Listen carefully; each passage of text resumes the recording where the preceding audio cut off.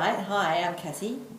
Ian asked me to talk about why I stopped being a vegetarian, and I think it's pretty clear for me that my body wasn't actually getting healthier being vegetarian. Even though I was actually practicing the alkaline diet, I was eating, a lot of grains and a lot of things to fill me, and lots of sugar, of course, because it was coming in fruit. I ate lots of fruit because I thought it was good for me. I also drank green drinks, and I also had vegetables because I knew vegetables were very good. But vegetables were every vegetable, not just the green vegetables, the carrots and the pumpkin and the potato. And there's nothing wrong with those vegetables. It's just that they are very high in sugars. So I was eating a lot of sugar in one way or another. And the grains, even though I wasn't eating any gluten, no wheat, I was still quite addicted to the grain hit, because it especially when it actually does raise your blood sugars quite high, and there is a hit, there is a certain addiction.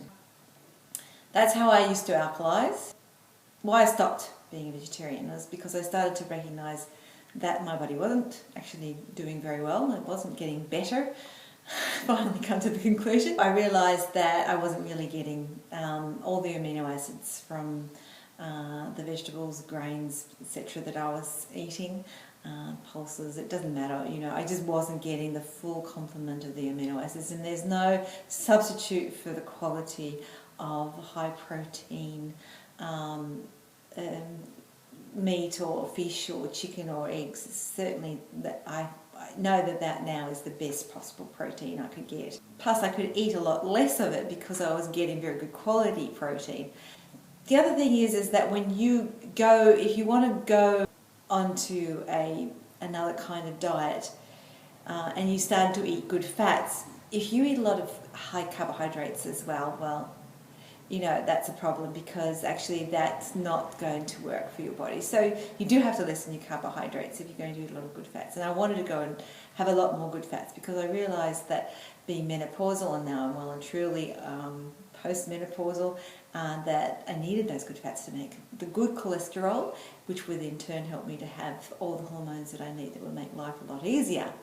And that worked. It certainly worked a lot for me, and I feel I didn't get the middle-age spread that most people get, and I think that's mainly because I was on my non-vegetarian diet. So I now eat lots of green vegetables. Still, I eat green every day. I have beautiful salad. I have some greens with my breakfast. I have greens with my dinner. I have a whole of a lot less carbs, and this is 5 years after I was very strict for quite a few years, but I'm a bit more easier on myself now because I don't seem to need to be so strict. I eat virtually no sugar. When I do eat fruit, it's only the fruit that's in season, and when it's gone, I don't eat it that particular fruit. And we don't have bananas, for instance, all year round. Not that I eat bananas. I don't eat bananas, but I do eat some oranges and some melons and things like that. I eat grass-fed meats, and I have plenty of good fats, as I mentioned before, in the form of coconut oil and olive oil. So I just feel like I have completely turned around from my idea that being vegetarian was going to be helpful for my body, and recognised that it wasn't. See trees of green, red roses too. I see them blue